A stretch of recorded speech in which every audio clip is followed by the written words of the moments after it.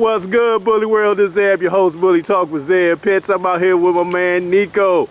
What's good, big dog? Ain't nothing, man. Appreciate you taking the time today. Man, tell everybody about your bad boy, Law. This is my goose son, Law. He's open for stud, looking for more putt back. I'm planning on doing a lot of things with him, man. Straight outside the box, man. A lot of different things. I'm gonna start showing him next year. And a bunch of shows, different registries. Just wanna go all over, give him some exposure. Hey man, let me ask you real quick. How can people get in contact with you? Is he currently open for stud? Absolutely, absolutely, man. I'm trying to, like I said, I'm looking for one more putt back. Flat rate, $2,500 if they want it. That's the cheapest you're gonna find a Magoo son. You ain't lying. Try Magoo son anyway, but I mean, just his build, man. Look at him. He just, he's show ready. He's wonderful, man. He's still young. So they can get in contact with me. Cell phone 240-518-4139. Or you can hit me up on Instagram. I am Nikos Brown. That's Nekos Brown. Now, you're currently located in the DC area, correct? DMV, yeah. DMV. Absolutely. Why the Magoo blood, man? Man, in my opinion, I think everybody can, agree to it. You gotta take the people out of it. You got a lot of bias when it comes to people. But with the dogs, there's no blood like muscle tone blood, man. You can see a dog and tell when it's muscle tone. Like, I just like the girth of the dog, the bone. I'm a firm believer in the main two ingredients in any bully is the blood and the bone, man. You know what I mean? So that's the main thing you look for when they come out. The headpiece, everything, muscle tone. And they usually don't miss. And for people that don't know, man, he's still young. He's only a year and a half, correct? Year and a half. So he still got more popping to do. Yeah, he got a lot of more popping to do. Now, since you just, started really putting the pictures out on him, man, have people contact you about it? They have been real selective with what I want to actually collaborate with, man. A lot of nice dogs out there, you know what I'm saying? But with this, like I said, muscle tone blood, you can't miss, man. So I always want to go back to something that's muscle tone or got muscle tone in the background. What's the next show they can see your boy at? Oh man, the next show after Nationals, anywhere on the East Coast, really. I'm trying not to go too far west, and I don't want to go too crazy with it. But yeah, anything on the East Coast, I'll be there. Well, what made you get into the bullies, big dog? My brother actually made me get into the bullies, man. He been into about 11 years, you know what I mean? I'm a businessman myself, you know what I mean? I see the potential in the bully industry, period. It's so young. Like, you just seen, lady walk past, you don't know what a bully is, you know what I mean? And he's, I think, the most beautiful dogs on the planet, in my opinion. So, like I said, it's a lot of potential in the bully industry, man, and I'm all for all sides of it. I have no bias at all when it comes to bully. So whatever anybody likes to do, I'm all for it. You know what I mean? I think everybody should do anything they want to do. Hey man, for a lot of people that don't know, man, your pops is the godfather of go-go, man. That's crazy, man. That's crazy, man. Yeah, man, he the man. That's why, like I said, CSP. I do fish and all that too. But yeah, Chuck's son's past. Before I did anything, you know what I mean, I was known as Chuck's son. You know what I mean, I was blessed to be his son, just coming to the planet. You know what I mean. So I just try to do everything to the best of my ability, man. And that's what it's all about. You know what I'm saying. My brothers, you know what I mean, they help me out a lot. You know what I mean. So we just keep it all in the family. Because right now you're creating your own path, man. Absolutely. And what's some of the big things you really want to do, create as far as your lane in the bully world? Really, are you currently trying to create your own look, or just follow the look of the muscle tone brand right now? For me, I want to create my own, not necessarily my own look and structure of the dog. I think the structure's already there, but I'm all about capturing the human eye, and that's the color, man. So I'm gonna say something right now. A lot of people gonna have an issue with, but it don't matter. At the end of the day, it's all about progression. And just imagine a lilac tri-mural body on this body. Lilac tri-mural color on this body, man. That's amazing. You know what I mean? I think that's the most amazing thing you can do, color-wise. So I'm all about tries and any color, period, man. On these muscle tone type of bodies, it's gonna be beautiful, and that's what I plan to do. That's what's up, man. I'm looking forward to seeing them future litters off that boy. Thank you. We got some coming soon. Like I said, a lot like tri-murals coming. I mean, all of that straight off of him, man. So of course, I got a Casablanca daughter also. She's super beautiful, man. I got her from Jesse Splunge. She's actually an Abkc judge. I got her from him, and she's off of Nandi and Magoo. So in Casablanca, sorry. But she's beautiful, man. I plan on breeding her to Law also. But I'm taking them to everything, man. Like I said, I completely be open and honest with mine. You ain't ever gotta hear about me lying about using a bulldog. If I did it, I would tell you. Absolutely. I'm all about, like I said, making new creations, man. So as long as the dog's healthy and has the same structure, that's what I'm all about. Hey man, I really appreciate your time appreciate today and you, man. supporting the Bully Talk with Zed Prince Absolutely. brand by advertising all this Bashar video. Oh man, I can't man. wait to see it. I can't wait to see it, man. He good dude. I mean, I ain't never had, like I said, no problems with Bashar. I think he good peoples. You can tell by his nervousness in some of the interviews. He a humble person. I think he is. You know what I mean? But at the end of the day, I want everybody to keep it all about the dogs, man. You know what I mean? Take the personal stuff out. It's all about the dogs. That's what's up. Bully Talk with Absolutely. Zed Prince. We out. Peace.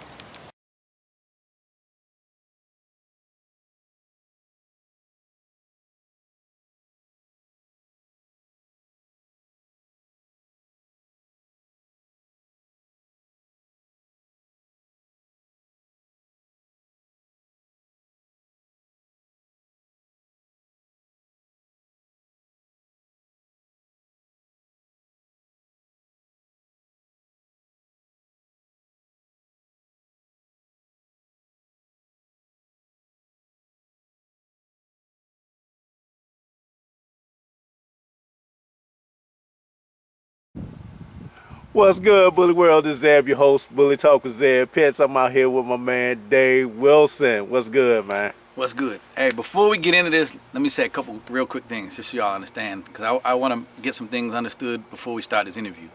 Normally when we do an interview, I try to stay as politically correct as possible, you know?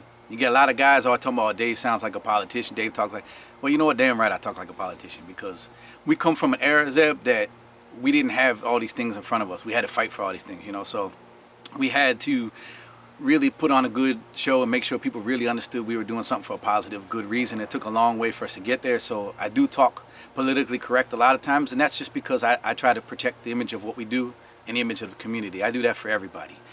But calling you here and having you come out here today to interview me, I just want people to understand something. Today, I don't want this to be a politically correct interview. You know, I just want this to be Dave Wilson. I don't want to wear a crown or a hat or anything at this time. You know what I mean? I don't want to be in any position or anything. I just want to be Dave Wilson. A lot of y'all might not know that me and Zeb, we always haven't seen eye to eye, you know, and you know that. I mean, Yeah. We've had times when we didn't talk. We've had times that we didn't agree on things. You know, I think you haven't always, you do something for the whole community. And the community really needs to understand that. Zeb's always brought you things from all angles, not just Abkc angle, my angle. And again, like I said, we haven't always seen eye to eye. So you're getting interviews from somebody that is actually looking out for the benefit of the community. This is somebody that's not doing it for money. It costs him a lot of money to do these things, to be honest with you. So hopefully y'all have a lot of respect for what he does. And on this interview, I don't care if you don't like me. I don't care if you don't believe me. All I want to do is talk straight facts today. Just get to the real facts. This isn't personal. This is anything. I just want the facts to get out there. So give the man some respect on these interviews and give him a chance to really ask the real questions that he want to ask, that you all want to know, and give a chance just to listen. Hear for yourself. Don't let somebody else tell you what to think, tell you what to believe. Let's get into the real facts of everything. Aside from that, I'm a little under the weather. I've been sick for about a week, so excuse me. And Zeb, no comments on the hair, all right? All right? I got two little soccer boys with the little soccer hairdos trying to look like Cristiano Ronaldo and all that, so I told them I'll grow my hair out, and to be honest with you, it's really not working that well for me, so let's leave that part out of the interview. Man, let's jump right into it, man. All right. Abkc Nationals aftermath. Let's talk about one of the big things, the bus winning Nationals.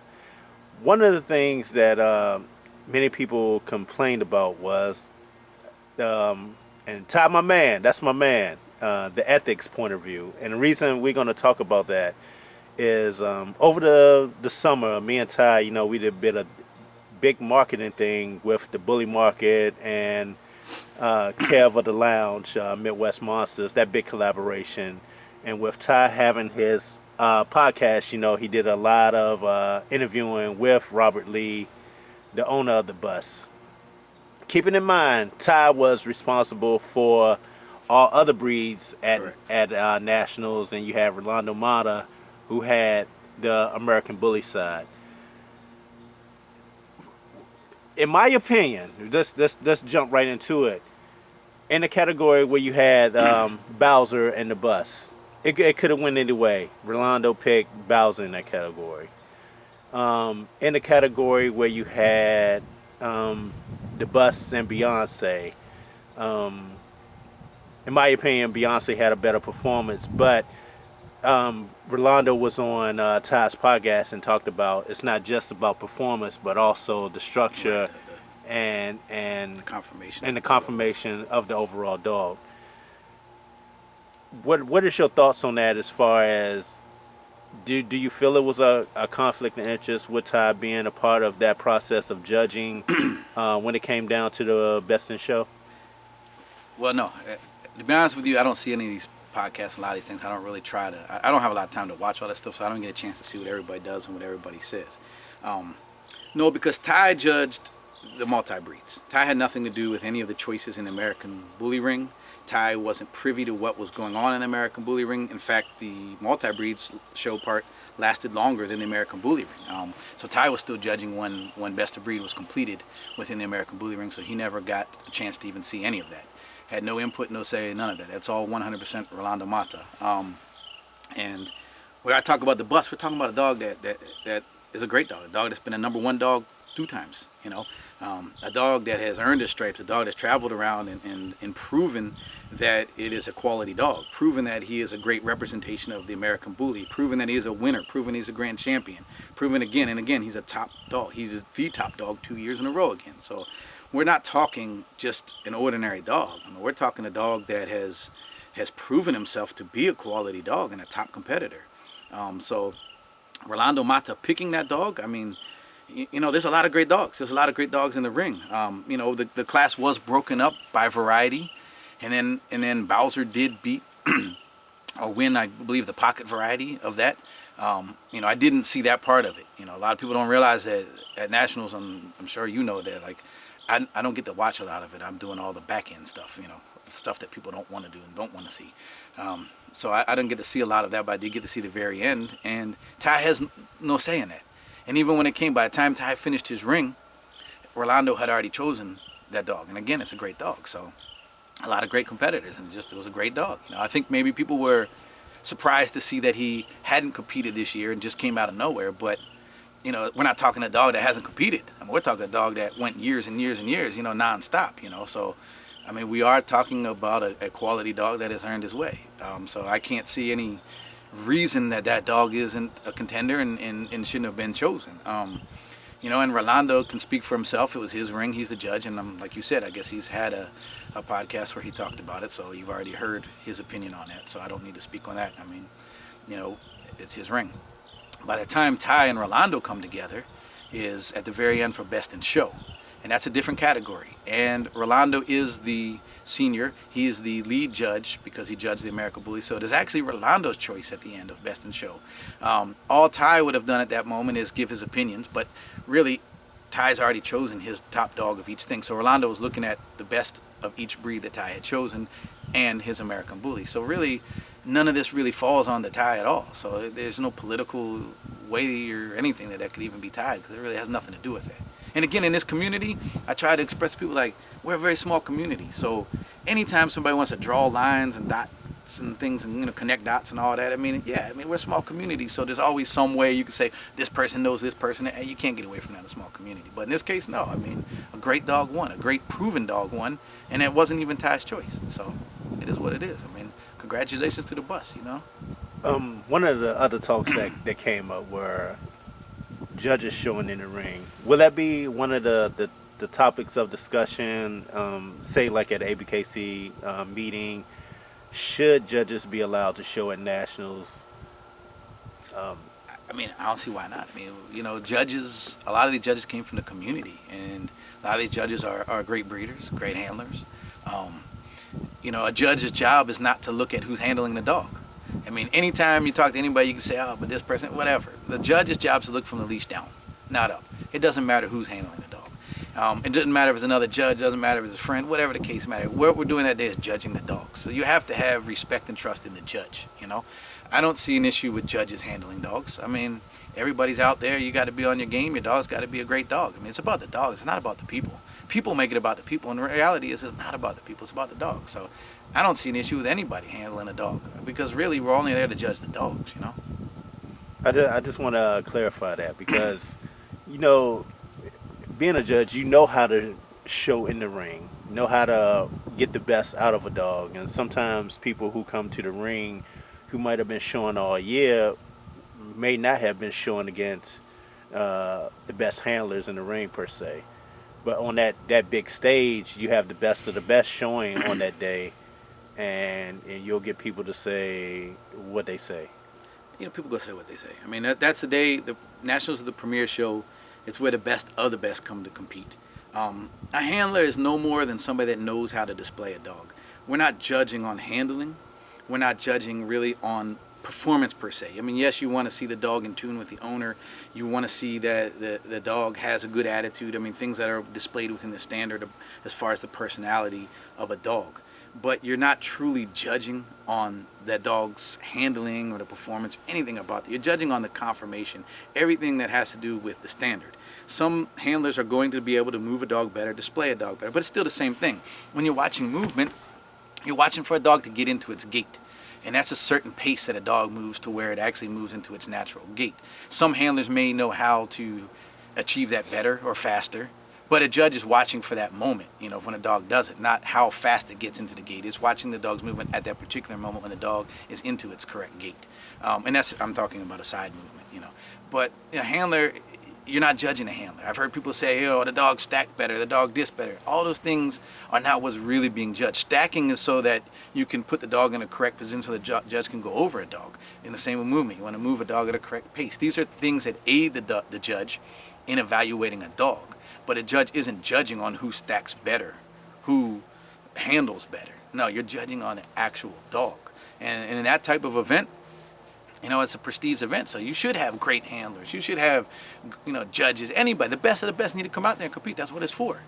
So, I mean, people should be happy that, you have an opportunity to be on that type of a stage and that type of a platform, competing against the best. If I'm in competition, I don't want to compete against average. I don't want to compete against the worst. I want to compete against the best.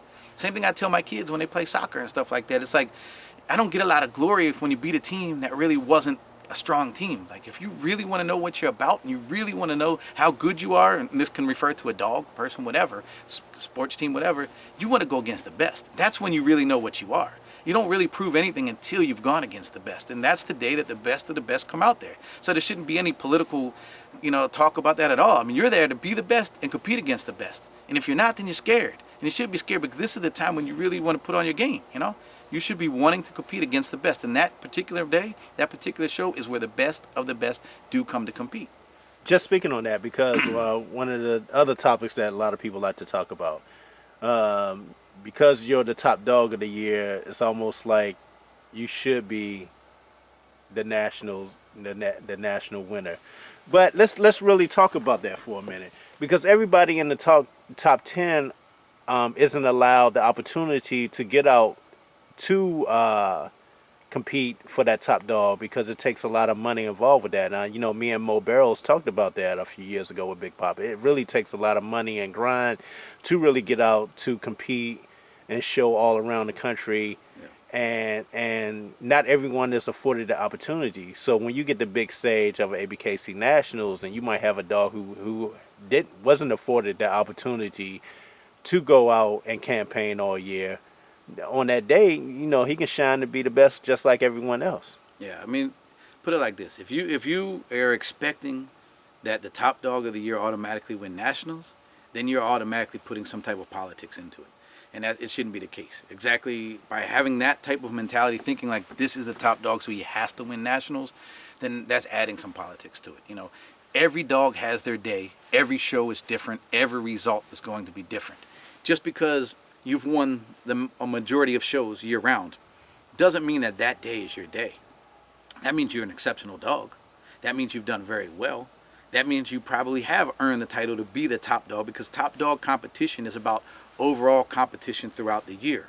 And the dogs that tend to travel more, hit more events, and good dogs, we're talking quality dogs, that they are going to have a better opportunity at that because they're competing more. They're out there doing more.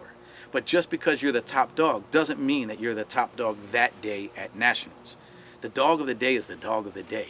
And it could be a dog that is a top dog. It could be a dog that just came out of the woodwork, that's just a beautiful dog that came out of nowhere and just was exceptional that day, and is an exceptionally nice dog. So there should be no politics involved in that at all. And to think that because you're the top dog, you will automatically win nationals, then that would make that show an unfair event, There's a good chance you're going to. If you've proven yourself that much and you're that great of a dog, yeah, there's a good chance you will. But again, all dogs have their day, and all dogs have days that aren't their day.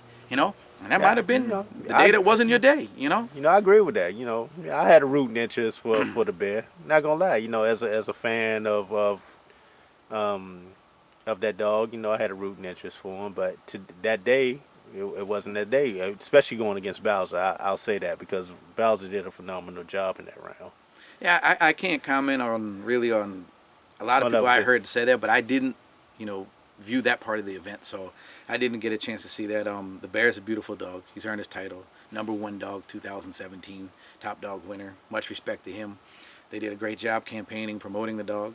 I have a personal interest in dog. Dog has some of my personal dogs in the pedigree, close up in the pedigree. So, great dog. Just like I said, I mean, I don't know the Bowser and him, and who was better in the ring that day. I mean, that's up to the judge. And the judge, if the judge had decided that Bowser was a better dog at that moment, then that's what the judge decided, and rightfully so. Can't take anything away from the winner. I mean, the Bear, #1 dog of the year, great dog. He was awarded earlier that day, chosen, given the trophy of top dog winner of the year. He's earned his title. Great dog. Much respect to the dog. Much respect to the Bus. The Bus won nationals. It was his day. It's a great day for the dog. So both exceptional dogs. Both earned, their stripes. I mean, both of them deserve the recognition. That's just this dog won this event. This dog won that event. That's just what it is. Let's speak about the venue itself, the Navy Pier. How much actually went into getting that getting that Man. venue? I mean, a lot of people don't understand nationals. That they think like I don't do dog shows. You know that. I don't like hosting shows. For me, it's a lot of headache, and it's not something that I personally enjoy. I enjoy going, but I don't enjoy hosting.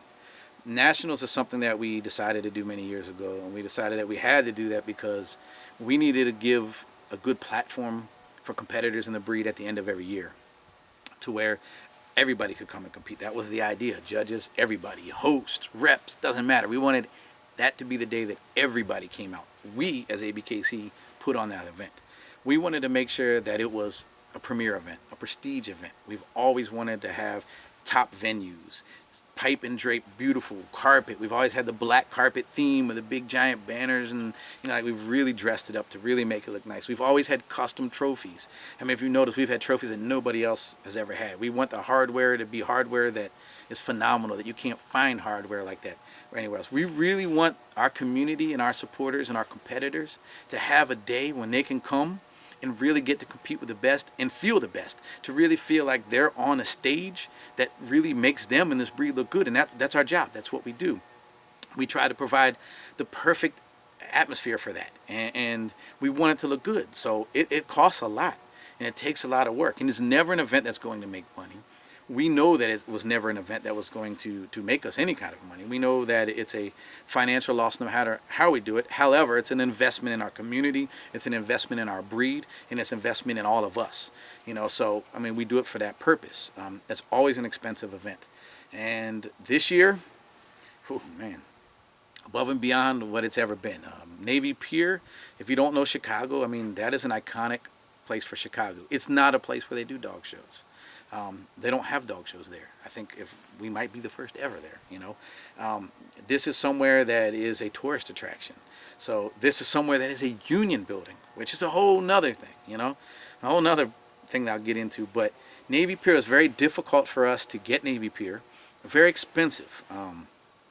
Just to give you an idea of just ballpark figures, we spend over $35,000 on trophies at nationals, just in trophies alone. Navy Pier, the venue alone, I believe it was like $40,000.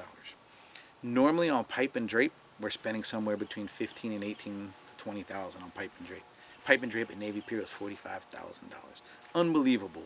It's union based, so it's a whole different type of level.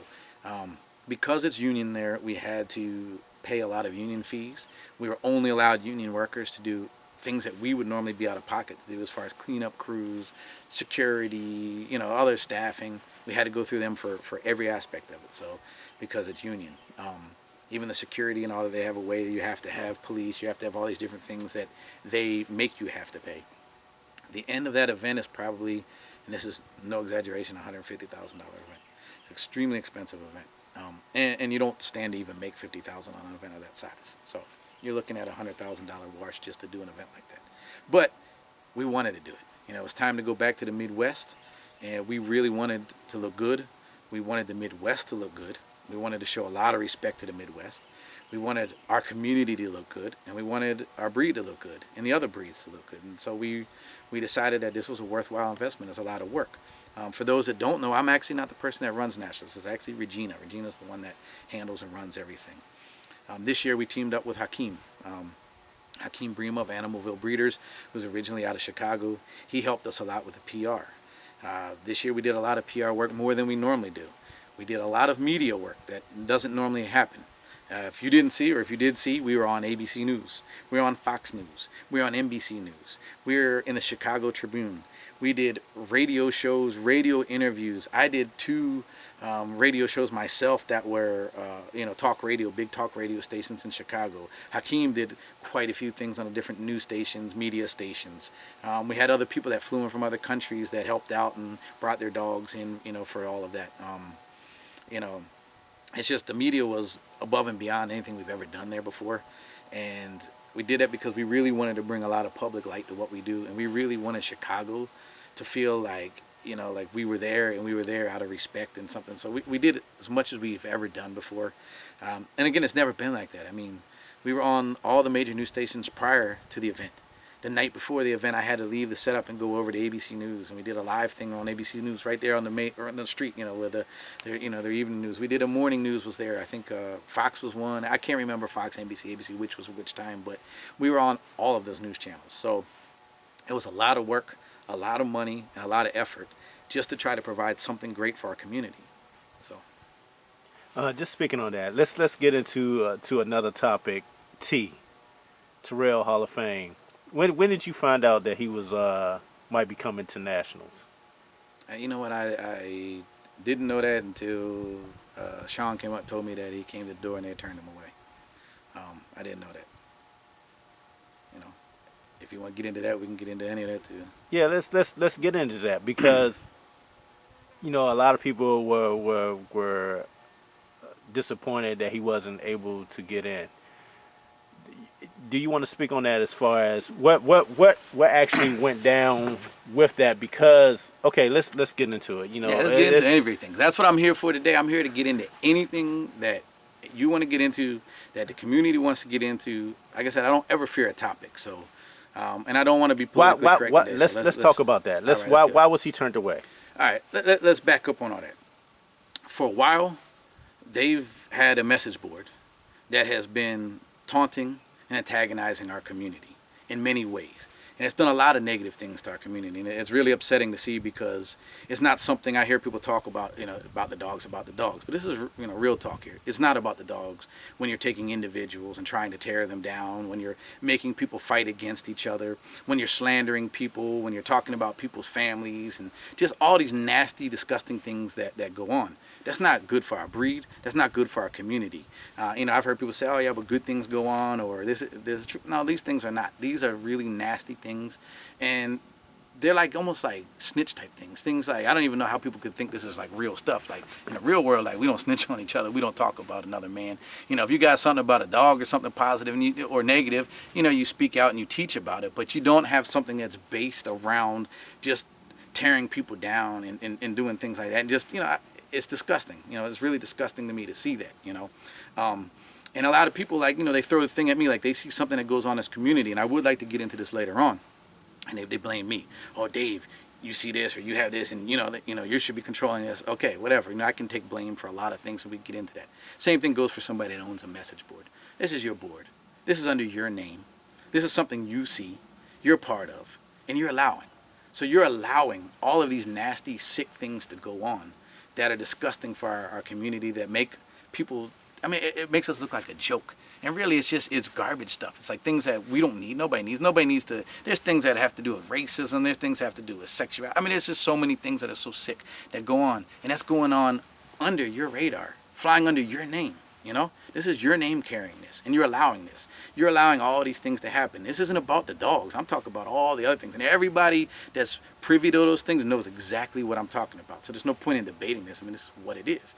So you're part of that all year long, And a lot of people think like a lot of these guys, just so you understand, are my friends, This isn't true. These aren't my friends. A lot of these people I don't deal with. I don't talk to. I might have known some of these people years ago, But I cut people off for a lot of reasons and many reasons. My friends are people that I speak to on a regular basis. So these aren't my friends. These aren't my buddies. These aren't my boys, or whatever you want to call it.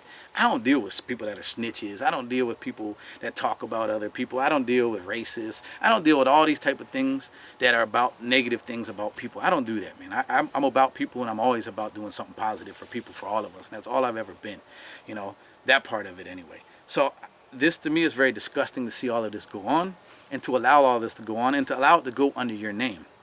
Now, I've reached out over this past year a few times, sent messages, made phone calls, to no avail, no answer, no response back, no nothing.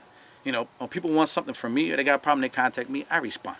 But in this case, you know there's wrong going on. You know these things are against with it. You yourself, meaning him, have even told me, and I got it in text messages and everything, oh yeah, this is wrong, I don't want this to go on, I won't allow this, you're right, this should only be about dogs, I got to put an end to this, I got to put a stop to this. I've had all those text messages come to me, you know, and it doesn't happen, so you know what's happening, it's still going on. Yeah, whatever, you could say you have a problem with something in the community with a dog, those are things that can be debated and fixed and worked out, but this other stuff is not about dogs, and it's sick, you know, and to allow that is sick to me, you know, and especially to fly under your name, that's wrong, and all of us know this stuff is wrong. And then on top of that, I've reached out, you know, and I've gotten no response. So here you got somebody that I don't talk to on a regular basis, rarely ever see. Been friends maybe years ago, but not anymore. I try to show respect. I can tell you how many times I've shown respect, and we can get into that. I mean, the few nationals, they've called me up in New Jersey. Can you help get my people in? Sure, I got them in, set them up in the booth. Atlanta, I got another call. Hey, we're coming to Atlanta. Can you help get us in, get my people in? Sure, I set y'all up in the booth in the back of Atlanta. Got y'all in. Louisiana, I get a phone call. Hey, I'm at the door. Can you come down here and get me in? I walk all the way to the door to Nationals, Louisiana, get you in, you know, and do all these things. So I've done these favors over the years, you know, and helped out every time. But they don't talk to me on a regular basis. They don't communicate with me. They don't come hang out with me. You don't see a picture of me with them anywhere other than a show every couple of years at Nationals. That's it. So these aren't people that I'm dealing with on a regular basis. These aren't my friends. These aren't my boys. And if you were my boy, you would call me up. You would talk to me. We'd be able to sit down and hash things out as men. We'd see each other face to face. Every time I've had a situation, I've contacted them directly. Or I've gone to Florida. I went to a show in Florida that after we didn't see each other many years to hash out certain things face to face, man to man, you know. I'm that person. I'm not the type of person that just sit and hide. I'm a person that'll contact you, call you. That's how it is. We men, let's talk about it. We were once friends, then let's talk about it. Let's hash it out. But when you don't respond to me, and then you go on this live feeds bashing and not going out there and seeing what's really going on for yourself, not having the time to sit back and talk to me man to man, you know, and get the other side of a story and hear what's going on, then you're not giving me any respect at all. You're not showing me any respect at all. To not respond to me after I've been messaging you prior to this, I don't expect you to come to Nationals. After all the stuff that's been going on this past year, the insults to our community, the insults to our judges, threats, there's threats being made to the people coming to the show, to judges coming to the show. Now I know people are like, oh yeah, but people make threats, and the bottom line is Nationals isn't run completely by me. And every year, we do have a list. They do watch. We do see who's threatening who, what problems going on in the community, because we can't allow an event like that to have something negative happen. We can't. We owe it to our community. We do. We cannot allow that. Regardless of whether somebody feels like they're just saying it and they weren't really going to do it, it doesn't matter. Every year, we have a list, and they have that list of people that we really don't think are going to be conducive to the event, that really would make other people at the event uncomfortable. We have people at these events who spent money to enter their dogs, compete at these events. We have an obligation to those people to provide a safe atmosphere and a comfortable atmosphere. These are our supporters. These are our competitors. These are the people that paid money to buy booths. These are the people that paid money to enter their dogs. They don't need to be at an event that's supposed to be fun and prestigious, feeling like they got to look over their shoulder, feeling like this person's here to cause them problems, feeling like this person is threatening them, feeling like this person is here to cause some type of a controversy and all these things. They don't deserve that. Our community doesn't deserve that. Our supporters don't deserve that. It is our obligation as Abkc to ensure a safe environment and a comfortable environment for our competitors, and that's what we do. So if you put yourself on this list of people that shouldn't have been allowed in, that is not my fault. I'm not the person that put you on that list. I'm not the person that made threats. I don't have any. I've reached out to these people. I'm not that person. You put yourself on that list. When you're making these threats and you're doing these things and you're tearing our community down and attacking judges and attacking people in our community and show dogs and show people, and it's going on nonstop, you're doing that. I'm not doing it. I don't need to take the blame for that because it's not me doing those things. That's somebody else doing those things. So if he put himself on a list of people that shouldn't be in there, that is his own doing, not my doing. And it's not my job to negotiate that. I've tried to reach out this year. I've got messages. I can prove everything I say. I've even tried to reach out 3 times in October. Phone calls, messages, to no avail, no response. So you mean to tell me the day that somebody comes to our door that has already done all these things in our community to these people and hasn't given me the time or day or respect to respond to me, that isn't really a friend because they're not even proven to be a friend, that I should have to come to the door and tell you that you shouldn't be in here or any of that? No. You don't deserve that respect from me. If you put yourself on that list and you did that, that's your job. That's your fault. You did that, not me. So no, that if you were on the list and you got turned away that's your own doing, not my doing. That's you that did it, that's him that did it, however you want to look at it. So I don't feel an obligation or responsibility or the respect to have to walk away from what I'm doing at these events and say, hey, you did this, you can't come in here. No, at this point in time, it's too late. You've had the opportunity to speak to me prior. You've had many opportunities to speak to the people in our community. You've had many opportunities to talk to the office. You've had invitations. You have everything. Phone calls, nothing. You haven't given the time, the respect, the response, or any of that prior. And then you want to come to an event the day of? That's not the time nor the place. And if you put yourself on a list, that's you that did that, not me. And it's not my responsibility, not my duty. And there's nowhere the respect wasn't given, it's not going to be shown. So I don't feel the need to even have to deal with that. If you were turned away at the door, you did that, nobody else. Do you feel you would have lost respect of your people if you would have allowed them in the building? Yeah, you damn right I would have lost respect to the people. There's people in there that feel threatened. There's people in there that feel disrespected. You got judges that have been disrespected. Women that were disrespected. You know, you've got competitors in there that were disrespected. You've got people that were threatened. I mean, all of these people, you know, and these aren't me. None of this even happened to me. I don't even care about the stuff they say about me. We can get into all that later on too. But I really don't care. It doesn't change my life because I really know who I am as a person. But all these other people, yeah, it's our duty. It's our duty to provide them a good atmosphere, man. A good atmosphere of safety and comfort. That's what we have to do. This is a company. This isn't Dave Wilson. This is Abkc. This is a company. This isn't even a Dave Wilson run event. This is an Abkc run event. So yes, for sure, if we let somebody in there after doing all of those things, that's disrespectful to our community, especially after our community has requested that certain people don't come in there because they feel threatened. We have to do that. That's an obligation we have to do, and that's what it is. And if they want to blame me for it, then fine, blame me for it. I don't care. But I'm not the person that did it. I'm not the person that made all these things happen. So there's no reason that I should even get the blame, in all honesty. None of this is my doing. It's their doing. Do you feel you should have talked to him at the door? No. The opportunity to talk had happened prior. You had months to talk to me. You've had plenty of time to talk to me. You've not taken my phone calls. You're not doing that. Damn, if at an event, when I'm there working and doing all my stuff and the things that I got to do, and you see behind the scenes what I do at the event, I don't do the pretty stuff at the event. I'm running around constantly dealing with anything behind the scenes. So no, I don't feel like there's nor time nor place to come talk to somebody about issues that we've been having all year round. An event is not the time for that. An event is a time for people to come, enjoy the event, show their dogs, and do all the things. I had interviews, all kinds of things I've been doing all day. So no, if you wanted to talk to me, you had plenty of opportunity prior to come talk to me.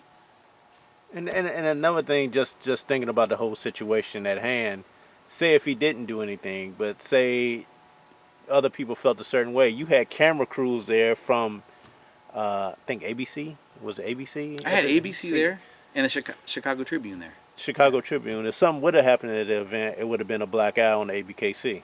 A black eye on everything, not yeah. just Abkc. Yeah, I mean, imagine the magnitude of what we did at that event. That event wasn't just Abkc. That's a community event, man. We got a chance to show the world, especially Chicago, in the news, what we are as a community. People left that place that day loving us, loving our community. We were being raved on the news. Like, I mean, we did some excellent things. I don't think people really understand all the things that we did there. We did a lot more than just show who we are. We showed something great to Chicago about who we are as people, as a community, as breeds, everything. Yes. So we didn't need any type of negative anything in the air that day. That was something that we were really truly in the spotlight that day, and everything that had to happen that day had to have been positive. So it was our duty and our job to make sure it went that way. Now I got to talk about the one negative, man. That I want to get your opinion about, man. The cleanup of dogs. Yeah, this is something. I spoke about this, and I'm gonna be honest, man. It pissed me off that people, man, that for the Abkc to get a big venue like that, not no crappy ass venue, man. I mean, a really nice venue year after year, that people would allow their dogs to mess all in on the carpets outside of the venue in the hallways and not take a second to clean up. Was that an extra cost to the to? Well, first of all, we had to pay their cleanup to do that. And part of when I was saying like the stuff that I do behind the scenes, that's a lot of what I had to do that day was run around. There's a pile here, there's a pile here, there's out here in the hallway. I mean, it's like I couldn't let the public see that, you know? And there's no way that I should have to be doing that at Abkc or anybody should have to be cleaning up behind your dogs. This is something like we've given you an opportunity to show who we are, to highlight your dogs, to highlight you as a kennel, to highlight all these different things. We've given you this opportunity. How disrespectful is it to every dog owner, to the breed, to these dogs, to not even clean up after your dog? I mean, that's like this is elementary. Like, this isn't even something that should even be discussed. This is, how can anybody think like, man, we've got this opportunity. We were invited to Chicago at this great venue with all this media here. We have this opportunity to really display ourselves in a great way. How could you even fathom not cleaning up after your dog? I mean, it's sick to me. And that's what I had to do. Most of my day, to be honest with you, Zeb, was running around finding the crew, because normally we have our own cleanup as backup. A cleanup crew, just so people understand, is not to clean up after your dog. A cleanup crew is to mop a little bit afterwards or things afterwards. It's your job to clean up the pee and the poop and all that stuff. It's your job. Nobody should ever have to tell any. If you can't do that, you should not own a dog. You shouldn't be at a dog show. You shouldn't leave your house, okay? Anybody that can't do that, there's no excuse for that. It's the sickest thing, and it's the most disrespectful thing. I don't know why our community yet hasn't gotten to the point to where we're calling each other out on that. Like, that should, everywhere else I've ever been in the world, if somebody's dog goes to the bathroom, people will stand there and watch, make sure they clean up. Our community hasn't done it yet. I don't know why. We need to start calling people out on that. Those people shouldn't be at shows. They shouldn't be at the events. They make us all look bad. They make the dogs look bad, everything. And, you know, it did cost a fortune. Because I had to have a shampoo company come in and clean the hallways, man, outside. Yeah, I seen it after the event. I seen it afterwards. I was there till the event ended, and my job, I had to go around and find and put little marks on everywhere, and then call a cleanup company to come in and bring shampoo. I mean, there's no need for that. I mean, this is a beautiful, beautiful venue, man. Huge venue, huge. Like, what do you think? Like, people that were on Navy Pier that day, they were just walking Navy Pier, you know, seeing the sights, and they saw a dog show, so they decided to come in and enter a dog show. There was 3,000 people that walked in the door that day. In and out traffic. That's not including the booths and the breeders and all the people. 3,000 people came in and out of the front door. That's a ton of people coming in and out of a venue. And these are people that had never been to a dog show mostly. And it's people that just came to see it that day. The news media coming in. What do you think when they walk in a place like this? A beautiful venue, beautiful pipe and drape indoor, everything about it is beautiful. And they walk in and they step in dog shit, or they see dog shit on the carpet. I mean, what impression do you think that leaves people with? Do you think they leave thinking like this is a great thing, a great community? No, they think like, oh, that was nasty, that was gross, that was disgusting. Some people who did this, like, y'all should be ashamed of yourself, whoever did that. Glad that I didn't catch you doing that, because I definitely would have called you out. But you should be ashamed. Anybody doing that should be ashamed. And if that's you, when you're one of the people that did that, don't ever come back to another event. You shouldn't come back to another event. You shouldn't own a dog. You shouldn't be in this at all. You're a disrespect to all of us. Yeah, one of the other topics I wanted to talk about was, you know, they say the Abkc show scene is dead. But let's talk about that for a minute. Let's do a little reality check. A lot of people, registries won't call names through nationals this year, and let's give harsh reality. It was nowhere near packed from what you saw with the Abkc Nationals. That's just facts. The truth to the reality is, the last two shows in America leading up to Nationals, packed. The weekend before, Arkansas, packed show. Weekend before that, packed show. Nationals, jam-packed. We haven't seen a show of that magnitude in a long time. I took some video looking down. Unbelievable amount of people there. Unbelievable amount of people. I left Nationals the next weekend. I had to go to Mexico. I was in Mexico City. Huge show. I did live feeds there. When I'm talking huge, I'm talking huge. Probably 4,000 people coming through that place. Packed. Right now, as we're speaking, there's a show going on in France. Over 250 bullies were pre-registered for the show. Packed, sold out arena there. Packed in France. There is no way that this is shrinking. There's no way that this is not excelling. It is. If you go to the Abkc office, which we should talk about how Abkc and things work also later on, but independent of a lot of things that I do, nonstop. they're still trying to interview and hire new people because it's nonstop right now. This is not stopping. This is growing at a unbelievable magnitude. Yeah, you're gonna have some shows that don't have the turnout of other shows, but sometimes it's the host, sometimes it's a location, sometimes it's a scheduling, sometimes there's just too many going on in a short period of time or in too close of a region, and that's something that we're trying to get a handle of, which is very difficult. It's not that easy because everybody wants a show. You know, there's a million people that want to host shows. We have tons of people waiting.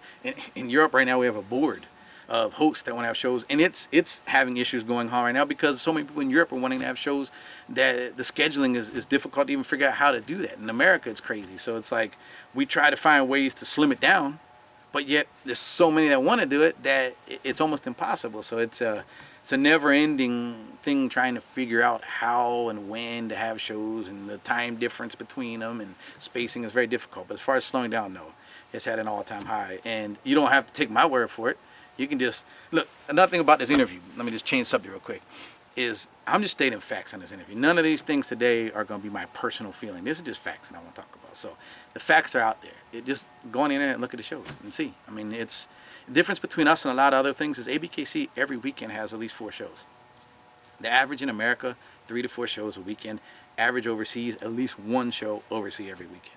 So that's an average. So, you know, you might see a registry that throws 1 show every 4 months.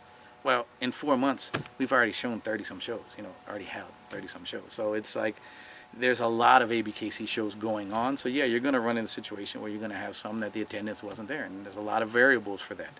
But if you're looking at the overall picture of it, no way, shape, or form is this shrinking, dying, or anything like that. In fact, it's growing. And the big shows are definitely showing you that. I mean, the proof is in the pudding right now. Look at Arkansas, boom, 1 weekend. The next weekend, National.